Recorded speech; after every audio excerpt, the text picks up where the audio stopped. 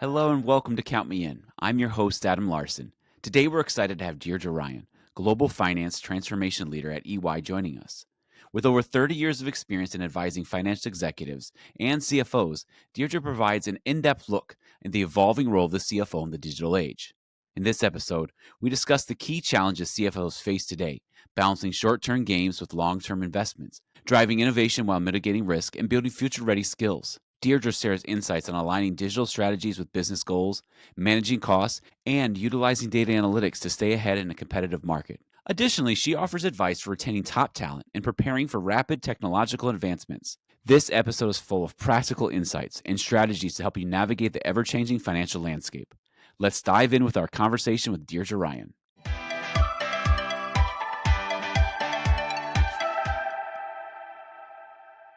Well, Deirdre, I'm really excited to have you on the podcast today. And you've been advising and consulting for over 30 years with financial executives and CFOs. And I figured this is a great question to get us started. What are some of the specific challenges you see emerging in this digital age? You've seen it from before it became a real true digital age to now it's in this digital age. And what is that? What do you see as the CFO role is continuing to evolve? You know, it's interesting. We actually did a survey at EY, and we surveyed over 1,000 CFOs and finance executives. And we asked them that exact question. What are the challenges that you're facing? And it was really interesting, Adam, because we found there were basically three major buckets. And I'm going to just give you a little bit on each bucket. And each of the buckets is a bit of a paradox as well. So the first one, CFOs, finance executives, they're really trying to balance providing value today. So meeting sort of short-term earnings targets with also investing for the long term, right? Because a lot of these digital technologies, some of them are expensive to put in place. And so you've got to make the right capital investments. So that's sort of the first bucket is, how do I basically drive value now, but invest for the long term? What's the right balance? So that's sort of the first. The second, I remember back to when this one hits home for me personally, because I actually was running a finance function at one point. I haven't always been on the other side of the table. And I remember my CEO saying to me, Deirdre, your primary responsibility is to protect and preserve the assets of the organization. Do that and get the numbers right. Close the books and get the numbers right. And that is still a key expectation of a CFO and finance executives. They're going to mitigate risk and they're going to get the numbers right. But by the same token, they're being asked to drive innovation, right? So be a role model around AI, drive innovation. So again, it's another sort of paradox, right? So mitigate risk, but drive innovation. So that's the second challenge or opportunity, right, that they have. And the third is really around the talent. Everything is changing at such an unbelievable pace, and finance organizations have to keep up, right? They need to build the skills and capabilities for the future. But by the way, they still need what you and I would consider sort of a traditional skill set, right? So I still need my CPAs. I still need my smart MBAs that are going to derive the so what from my numbers. But by the same token, I have to think about what are the skills I'm going to need 3 years from now, 5 years from now, right? The digital savvy skill set, the data scientist. And how do I build those while still sort of doing everything that I need to do in a more traditional environment? So, it's a question we ask CFOs, and this is what we heard. And I have this discussion with a lot of CFOs, and I said, does this resonate? And every single time they said, spot on, right? Those are the exact challenges. So. Wow. We could probably dig into each one of those challenges for an hour on this. Yeah, we could spend an hour on each, but. So what I'm really hearing is that, our CFOs are an integral part of things like the digital transformation within an organization. Obviously they have to look at, can we afford it? Can we pay for this? But then also, does it align? And we have to, CFOs are more and more having to be involved in the technology side of things. So how can those CFOs ensure that, they're making sure that these strategies align to deliver long-term for the organization? Because you were just saying that they not only have to worry about the here and now, but also worry about the future. Yeah. It's a question we get a lot. How do we align the digital strategy with the overall business strategy is really, I think, what you're Yeah. trying to get at. So the first thing is, do they understand where the company's headed? Right. And my friends know that I'm a hockey player. So I love to shamelessly plagiarize Wayne Gretzky and say, okay, when you think of your company's strategy, where is the puck? Right. Where do you want that puck to be? And then how do we skate to the puck? Yeah. And so the digital strategy is a critical component to that. And when we say digital strategy, I consider, from a finance perspective, it's all of the automation, it's all of sort of getting your core ERP, all of the digital technologies around that, AI, Gen AI, all of that is part of your digital strategy. So it's, does the company know sort of where the puck is? Are they skating to the puck? And is the CFO supporting those decisions with what she or he is doing within their own organization? What is the digital strategy supporting? So, for example, two things we come across frequently. One is, hey, I have to significantly reduce cost, right? Hmm. I want to remain competitive and I've got to cut cost. And, there are digital strategies that are just targeting cost reduction, right? Hmm. Then there are digital strategies that are actually enabling new capabilities. And so as companies enter into new product development or into different areas that they haven't been in before, sometimes those digital strategies have to enable that, right? Entrance into a new arena, in effect. So Yeah. it's important to understand, what are we trying to achieve? What's the outcome we're trying to drive, so that we can align our digital strategy to the outcome that we're trying to drive towards.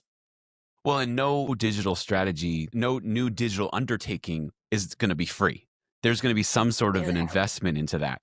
So you as the CFO have to look at it and say, okay, does this align with the values that you're just saying? Does it align with our long-term strategy? But also, can we afford it right now? And is there something Exactly. better? And so how do you balance that conversation? Because obviously you want to drive the company forward and there's going to have to be some sort of investment, but what if it doesn't align cost-wise? Yeah. And it's so interesting. And a lot of the times that discussion is around technologies that are in place, Yeah. that they're getting very close to the end of life for the support that's being delivered by that provider, that software provider. And so they're being told, oh, you have to go to the next version. Hmm. But sometimes going to the next version is very expensive. And, there's a lot of factors that go into that, but that's a conversation lots of CFOs are having. Like, I'm being told I need to go to this next version, but it's incredibly costly. And do I take the chance to not have the support I've had historically for some period of time? Because right now we just don't have the cash flow, for example, to do that. Hmm. I personally think that one of the challenges CFOs face around digital technologies in general is understanding and articulating upfront, what's the value we're going to drive here, right? Hmm. We're not just slamming in software for software's sake, right? Yeah. We're doing that for a reason, right? We're trying to drive value. But a lot of companies get so caught up in, I have to get to the next version of pick your favorite ERP, and they don't spend enough time up front understanding and articulating the value that they're trying to drive. And they also fall short on the back end of actually realizing, even if they have done a good job around the business case and these are the metrics we're driving towards, sometimes these programs take so long that they have fatigue at the end. And they kind of forget, oh, yeah, we were supposed to hold Susie and Bobby and Johnny accountable for realizing this savings and this value. And it doesn't always happen that way. So, So how can you get to a point where you're able to not let that happen to you is what I'm trying to say, what I'm trying to ask. yeah. So there are a few things that when I'm having this conversation with Hmm. CFOs and finance executives that I believe are sort of table stakes to execute these digital strategies, these programs well. The first is have a really clear vision, like we said, right? Where's the puck? How are you skating to the puck? Yeah. But when I say vision, I don't mean a one sentence, "Oh, this is who we want to be," right? I mean, what's your end state architecture going to look like? What does this technology or capability, what's the impact on your operating model, right? Yeah. It's a very clear articulation of, at the end of this, where are we going to be and what are we going to look like? And we actually partnered with Oxford, and we did a study with Oxford, and we actually looked at 1,000 failed transformations. And what we found was companies, and almost all of those had a significant digital component. What we found was companies that really clearly articulated that vision up front were over 2.5 times more likely to succeed. So super, super important. Have a vision, right? Which incorporates all of the things that I talked about, and really make sure everybody understands what that vision is and where you're headed. That's what to me, that's number one. Have a vision. Yeah. Number two, back to what we were saying about the outcomes. You have to have a pretty robust business case, right? So what are the benefits? What are the outcomes we're trying to drive? And get alignment and agreement. Because sometimes people do a high back of the envelope. All right, look at how much money we're going to save. And you haven't gotten the buy-in of the other CXOs, right? And some Hmm. of your counterparts. So that's the second thing. Have a clear business case that's been aligned amongst the CXOs. And then, and I know this sounds, a little silly, but at the end of the day, hold people accountable for that business case. Yeah. Because as I was saying earlier, a lot of these digital programs take years, right? As you progress and you get to the end of it, even if you did a good job of, I've set the vision, I've got my business case, but then you have fatigue after a while. And so at Hmm. the end, the third thing I always say is be very clear who is accountable, right? To realize those benefits or to make sure that people are adopting those new capabilities. So those in my mind are the three things. Have a clear vision, Yeah. have an aligned business case, and hold people accountable for driving towards those benefits. Yeah. Well, and I can imagine if the larger your organization is, the harder it is to make these types of transitions. And when you start one year and let's say you're going to implement 3 years later, the technology may have improved or changed, and you're like, is this still the best technology? And Yeah. that's probably an even crazier scenario that I'm sure people run into, especially with the pace that technology is changing these days. Yeah. Yeah, it's funny. I'm actually doing a presentation in June for a significant number of CFOs, and I was on a prep call and that's months away. And I was on a prep call, and the client said, we should start to look about and think about the materials, and I'm doing some demos and things. And I jokingly said, except in June, I'll be talking about something totally different. Yeah. Right. And between now and then we'll have seen such advancement that it's Hmm. probably best if we catch up the week before and I can show you what's the latest and greatest. I mean, that's really what it comes down to, especially when you're trying to you're addressing your needs, but as things change, those needs will adjust and you'll be like, "Wait, I can solve it this way instead of that way." Yeah, Yeah. exactly. So, so as an organization, we know that, especially in the finance and accounting team, data and analytics is the driving thing behind a lot of the decisions that we make.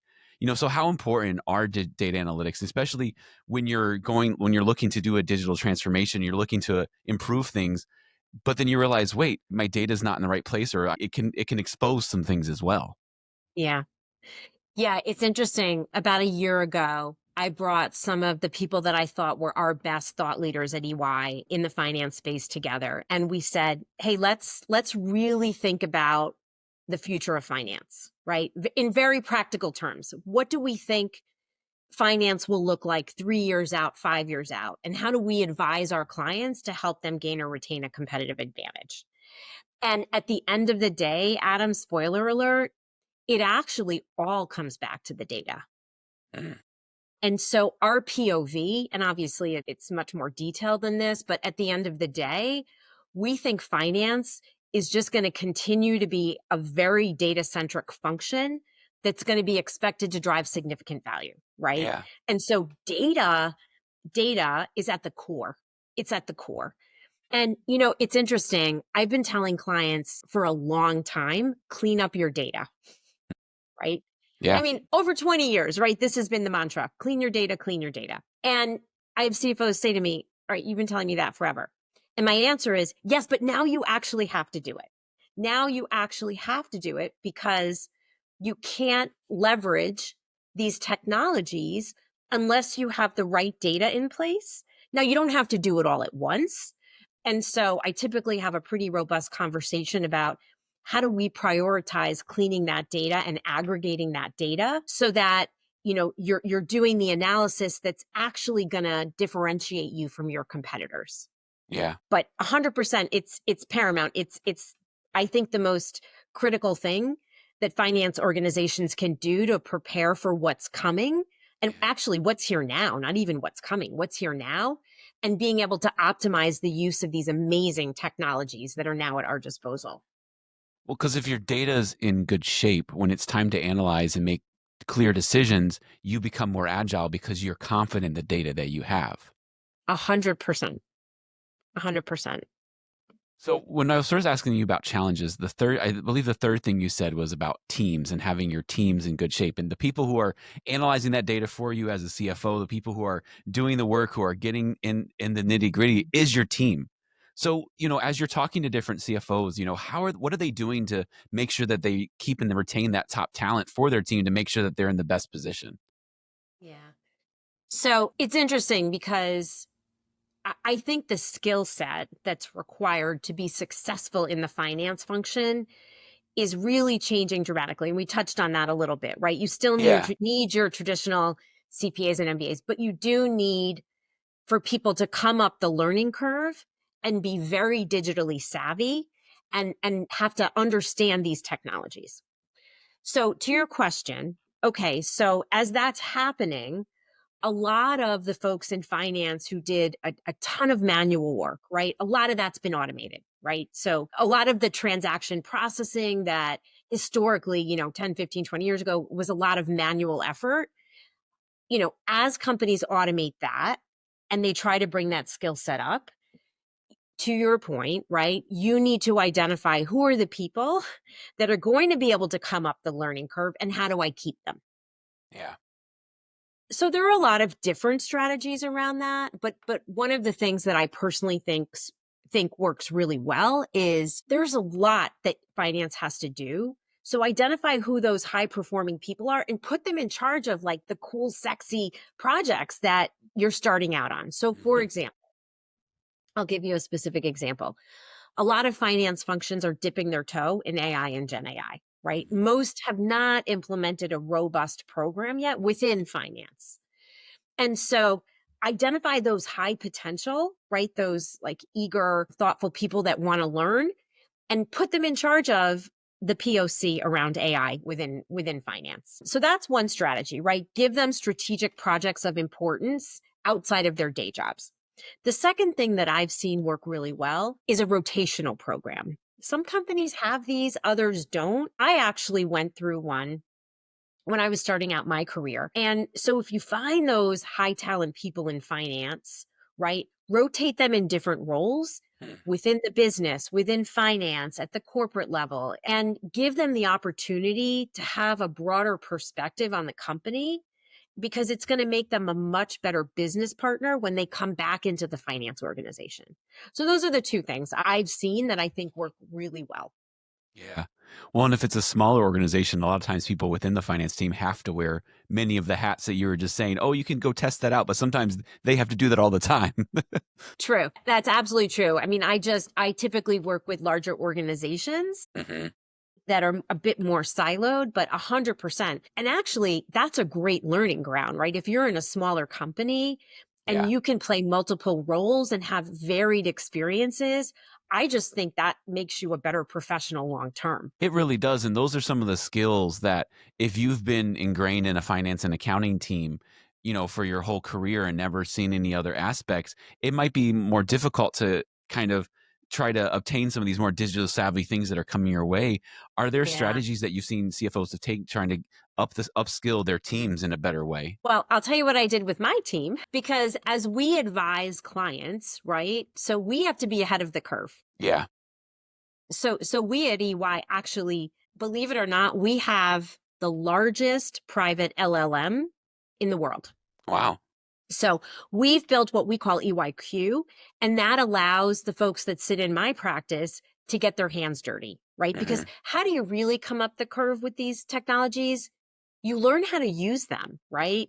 And you play with them and you try different things out. And I mean, one of the first things that I learned when we introduced this tool was it's all about how you ask the question, right? Yep. So Yep. it's about how you're prompting the AI to answer you. So, but these are things, if you haven't gotten your hands dirty, you don't know, right? So we've done a couple things, but one is we've allowed our folks to get their hands dirty, to play around, to learn, to come up the learning curve. And then the other thing that I did was I brought in an external company to do some really intense training. And I think that's important as well, right? Because it's very different to read an article than it is to actually, right, execute prompts and leverage AI to, right, replace some manual effort that you had. So you got to just test it out and learn. And then you can really start to think about what is the art of the possible here, right? If you don't know how the technologies work, you can't even think about what does this mean for my organization? How can I leverage this to drive value and improve what we're doing on a daily basis? Well, and I think that's a big part of having a diverse workforce, of being able to expose them to different environments. Because, you were brought up in one way, I may have been brought up in a different way, and you come together and we see Because things you're from a different light. significantly older than me, Adam, is what you're Yes, saying. I am. I am significantly older than you. But because of that diversity that we have, I would see things from a different light than you have because of the experiences I've had. And what you just described, I think, is a beautiful way of bringing in different voices into your atmosphere. Everybody can't have walked the same path, because then you'll have the same answers all the time. Everybody needs to be exposed to different things, so that way you can think outside of the box that you put yourself in. Because a lot of times in corporate America, we put ourselves in a box, and we have to do extreme things to break out of that. Yeah. Yeah. I think these technologies are disrupting that, Yeah. right? Big time. Um, and you'll hear a lot, and I'm sure you have heard a lot of different perspectives on how impactful these technologies are going to be. Yeah. But I'm convinced. I'm convinced, and in the finance space in particular. Now, I do think there are sort of two buckets when I think about it. And one bucket is you can leverage these technologies to drive productivity. Yeah. And that's fine. There's nothing, that's a good thing. It's not a bad thing. But there've been a lot of tools around for a long time to drive productivity, right? If you Mhm. remember death by a thousand cuts RPA, right? Oh, yeah. There've been a lot of things out there. So that's not a bad thing. And certainly we should look to see how we can leverage it to do that, to drive productivity. But I think the game changer is around decision making and Mm. insight, because these technologies can mine data the way humans couldn't before, right? We just don't have the capacity to mine data the way that AI can. And it is going to have a significant impact on mining that data, making decisions, and providing insight. So, and I've seen it, and I think it's a game changer. It really is a game changer, because between the AI being able to analyze it in a way that we've never seen before, it allows us to be better decision makers. Because I've heard of many people say that AI is great, but you still need some HI, some human intelligence as well. Those two together, we can make amazing decisions. You can't just let the AI make all the decisions, because there's elements that it doesn't understand. Right. 100%. I mean, I think it does a phenomenal job of mining that data and bringing the insight. But then the humans, right? The finance executives, the CFO, they have to decide, how am I going to act on that? Yeah. How am I going to act on that? It's interesting because, over the past few months, I've talked to a lot of CFOs about AI. And as I said, I really think the game changer is providing that insight. But it's interesting because if you ask a CFO, well, what's the analysis? If you could do that like on a dime, what's the analysis that would give you a competitive advantage? And you'd be surprised that not all CFOs can answer that question because they haven't had the ability to think that way before, right? They're Yeah. used to sort of waiting for the reporting, the management reporting, or waiting for the insight. And The question is, if you had the ability, like instantaneously, to run a scenario or to run an analysis, do you know which one would give you a competitive advantage? It's a really interesting conversation. And Wow. it's the strategic thinking, right? That you were talking about before. It's coming up that curve and thinking much more strategically. Could you maybe generically share some of the answer people have asked to that answer to that question? Because I'm really curious at how they would answer that. Like, are there some common themes that you've seen when they've answered that Yeah. question? So I have been told by my person I'm not allowed to share client stories, but what I can tell you is that it's very sector specific. Okay. Understandably, right? So if Yeah, you're a large pharma company, it might be X. If you're a consumer products company, it might be Y. So the answer to that question is very logically dependent upon your sector or your industry. of course. Of course. That's a But I believe that the company that gets there first, right, that leverages these tools to drive that insight, once they've identified what is that, what is that silver bullet that's going to give us an advantage if we can do this analysis quickly, they are going to have an advantage. yeah. They're going to have a huge advantage if they can answer that question, be able to answer that question. That way, when they see the answer listed on their, whatever the response is from whatever their analysis they're doing, they'll be like, this is the answer I've been looking for. Let's go. And so, are there questions that people should ask themselves so that they can be ready to answer that question? Because asking that question, I don't know that they can answer it right away, especially if they don't know. Yeah. What are some Well, other questions they can ask themselves to be ready? yeah, I mean, it's interesting because even last week I spent a couple hours with a CFO and he couldn't answer the question. Yeah. And he said, you know what?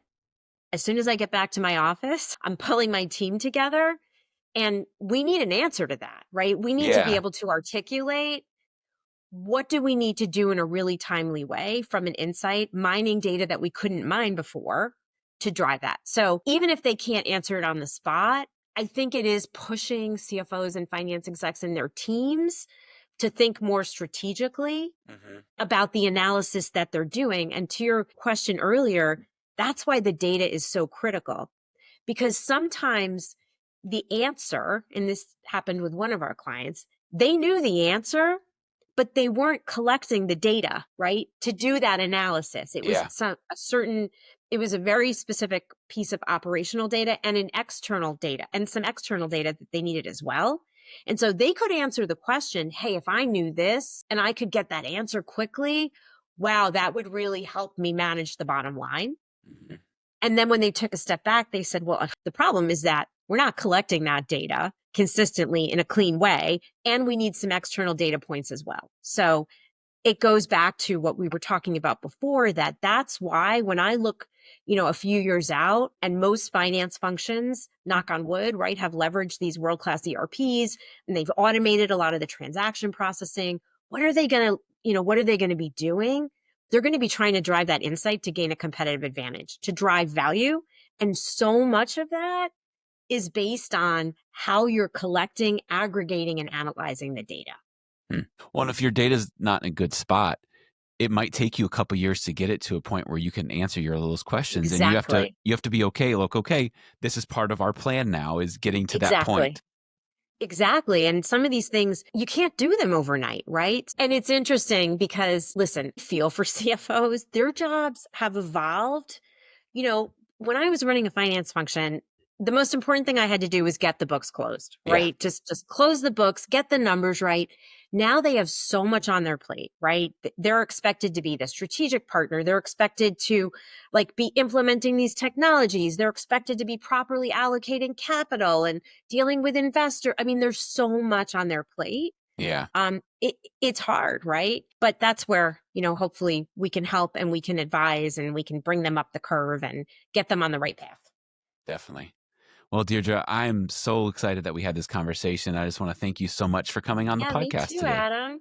It was really nice to be with you, and I hope you have a great day. This has been Count Me In, IMA's podcast, providing you with the latest perspectives of thought leaders from the accounting and finance profession. If you like what you heard and you'd like to be counted in for more relevant accounting and finance education, visit IMA's website at www.imanet.org.